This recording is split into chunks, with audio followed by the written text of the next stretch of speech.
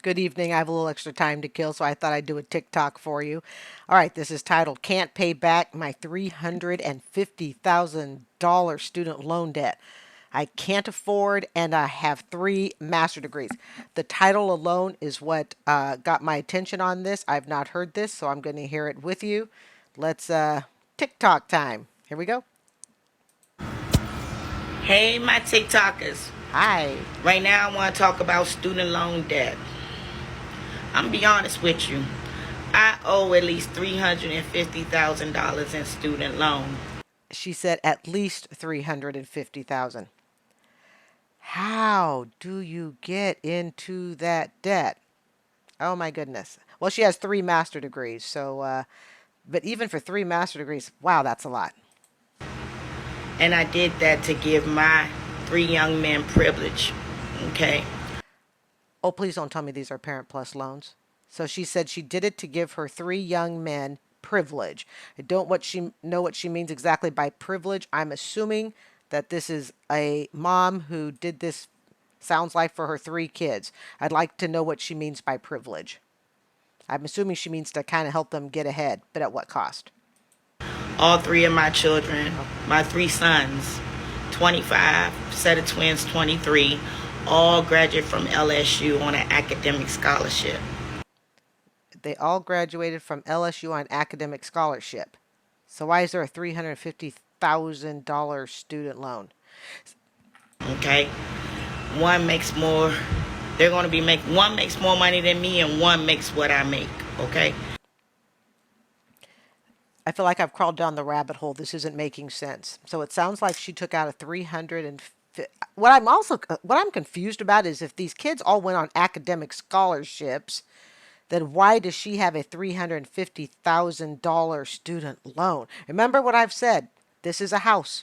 She bought a house for her children or for herself that she cannot live in. So if they had scholarships, why is there such a huge loan? I mean, I understand people can get scholarships, and sometimes, it'll pay for part of it, but not all of it. The other one is getting his master's on an academic scholarship. Okay? When I left Washington D.C. when it was the murder capital of the world, I lost so many friends that were males. I told myself that when I have young men, I'm going to give them back to the universe because we lost some great men to the crack cocaine era. Okay, I can respect all of that. Have to be honest, I was not raised in Washington, D.C., was not raised in the black community. I was adopted in Vietnam and raised in Eugene, Oregon, okay? But I can understand a parent wanting to give, their kids advantages. But what I'm trying to figure out, and maybe by the end of this TikTok, I'll have a better understanding. Where does this $350,000, it sounds like parent loan, what does it have to do with the three master degrees? So what part of it is that? And how is this helpful to her children taking on this type of debt? I just lost my mouse. Every now and then, you guys, I lose my mouse and I have to find it. Now, where's my mouse? I'm looking. Oh, there's my mouse. I told you, I got this new 35-inch screen and I lose my mouse. Hold on. But getting back to this Yes. $350,000 student loan, I ain't never paying it back. You No, I seriously doubt you will pay it back. understand? And I'm going to tell you why. Where my reparations? Okay? Okay, reparations. I'm not a history buff, but I believe that has to do with paying money to members of the black community in the United States for the financial injustices that were done in the past. Hey, don't ask me to get any more detailed than that. That's about all I understand, okay? Where is the jobs? And when we get these jobs, where is the money? Okay, so where are the jobs? Where are the money? I can respect that. What I'm having a hard time understanding is how it sounds like a single mom. Okay, I'm going to assume safely that this is a single woman. How is it that a single mom taking out $350,000 in student loan debt? How is that going to help the young black men get the jobs and get the money? That's what there's a disconnect here, and I'm not quite understanding that. I'm going to keep an open mind here on this. And I'm also trying to figure out how reparations has anything to do with taking on a $350,000 debt. If the goal is to help young black men, I'm just using her words and her thoughts, okay? If the goal is to help young black men get better on their feet, how is the mother sinking herself financially going to help improve the young black men that she supposedly is trying to get on their feet? Because who's going to have to take care of her in her old age when this $350,000 becomes half a million? And yes, it can. You know what bothers me? I lived in Washington, D.C. all of my life until 1994. And when I go to Washington, D.C. now, it's gentrifying. Okay? I have no problem with gentrifying if they was giving property value to black people the way they was giving it to us when we were redlined. When I say us, my great grandmother came from I'm going to pause this. Redlining, for those who may not know, redlining is basically when uh, I'll just give you my experience, my very brief understanding of it. Redlining was often like, for example, a bank would let's say value homes at certain dollars amount, but there would be this so-called red line on a map that would say these homes in these black neighborhoods were worth less than homes in white neighborhoods, even though the homes might actually look alike, and all of that stuff. That's kind of that red lining. Okay. That's what she's talking. That's what she's referring to when I believe when she says redlining. It's kind of like anything on this side of the red line or on this side of the tracks is considered black neighborhood less value, and anything on that side of the tracks is considered white neighborhood better value. Here's the thing. All right, I can respect and I will appreciate and I will listen to her historical analysis of where she thinks, black, her young black men should be. What I don't understand, okay, where my disconnect is how does that have to do with you taking out three master degrees and having $350,000 in student loan debt? If the goal is to state your point, make your point, okay, with well, I'm going to take all the money and not pay any of it back because I'm owed that for reparations. Unfortunately, the only person she's hurting is herself and possibly her children, who will have to fund her old age because she will have nothing. Georgia and moved to D.C. in 1920s, her and my great-grandfather. She purchased her house for $7,000. And in 1994, she passed, and we were still redlined, and she was only able to sell that house for $50,000. Now, when I look Yeah, that's exactly what redlining is. Okay, so certain houses, certain neighbors were deemed more profitable than others, depending upon the racial makeup of the neighborhood. in the window of her home, her row house, with some upgrades, not with some upgrades, see two young white faces, and the property row house is worth $850,000. My great grandmother lived in that house longer than anyone, from 1944. Okay, again, I respect the history. Okay, I even respect the unfairness of it, the injustice of it. Okay, it exists. Okay, it existed, still exists today in some neighborhoods. All right, but what I don't understand is how sinking oneself financially is proving a point. It's like as a teacher when I tell my students, if you cheat on a test, if you choose not to study because you don't like me personally as a teacher, you can do that, but it's not me that you're hurting. You're only hurting yourself.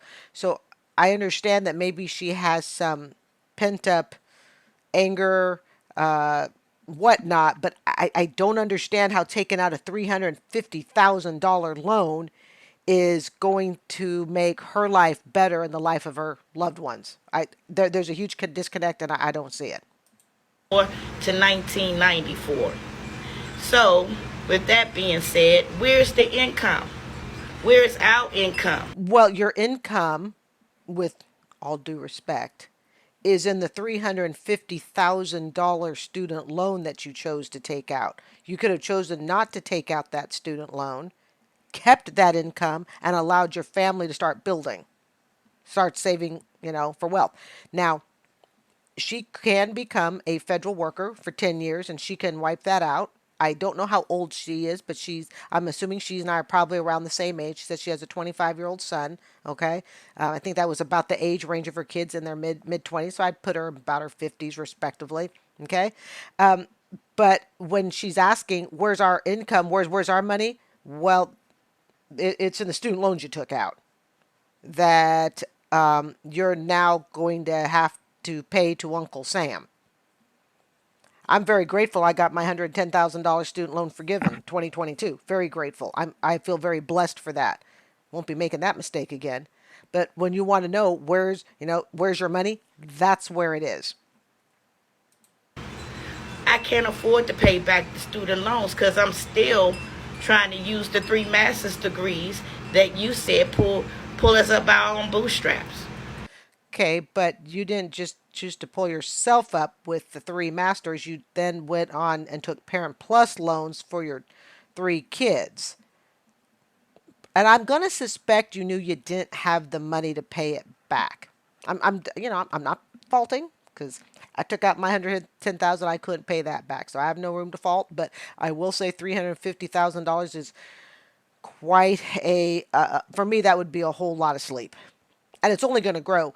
And I'm assuming the payments for this have got to be around $4,000 a month, and you can't go on income based, and unless she's in a federal job with loan forgiveness for 10 qualifying years. Okay, this debt cannot be forgiven. No, it's from systemic racism. They get rid of systemic racism. Okay, let me have her keep going. I'll help pay the $350,000. That I respectfully say that is warped thinking. That's like me going, you know what? Until they until they make everything justice and equal in the world, I'm just gonna keep on running up bills because by golly, I earned this credit card. The logic is it doesn't make sense to me. Okay, if you really want to make an impact on your family, you don't run up a $350,000 bill. You live within your means, which I'm finally on the track now, thank goodness, all right? But we need to live in our means, and then we need to model living in our means. This isn't modeling to your children how to live in their means. What it's modeling is what anger does to one's logic, and you put yourself in a situation that you now can't get yourself out of. It's kind of like, someone saying, so how's being angry working out for you? Worth alone. Goodbye. Okay. Go ahead and blow this up. Okay. So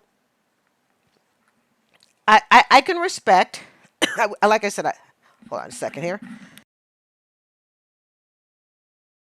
I can I can respect that she was raised in a heavy black community, Washington D.C. I was raised in a very white community. Okay, we have two totally opposite upbringings. Okay, so I'm not qualified to comment on how she feels emotionally about the things she saw in her community and the things she experienced firsthand. Okay, and that's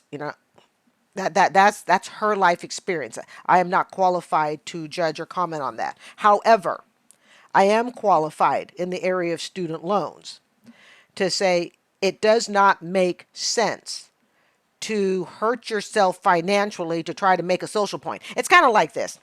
You ever seen the people, and I'm from Eugene, Oregon, and boy, do they sometimes love to protest out there, especially in the area of Portland, Oregon, all right?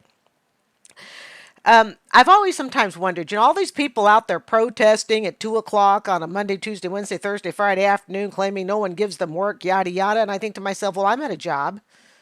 Maybe if you spent less time protesting and more time going to work, you'd be able to better your life. But instead, they're out there, usually in Oregon, it's out there in a pair of Birkenstocks and long braided hair and all that stuff. God love my hometown, right? But sometimes the logic just, it's not there. I'm angry at society. I'm angry how my race has been treated. So I'm going to destroy myself. It's like when people protest and they destroy their own town. You destroy your one Target, because we know from the news Target's pulling out of a lot of black communities. You destroy your CVS because you're stealing from it so much. Okay? You destroy yourself to make a point.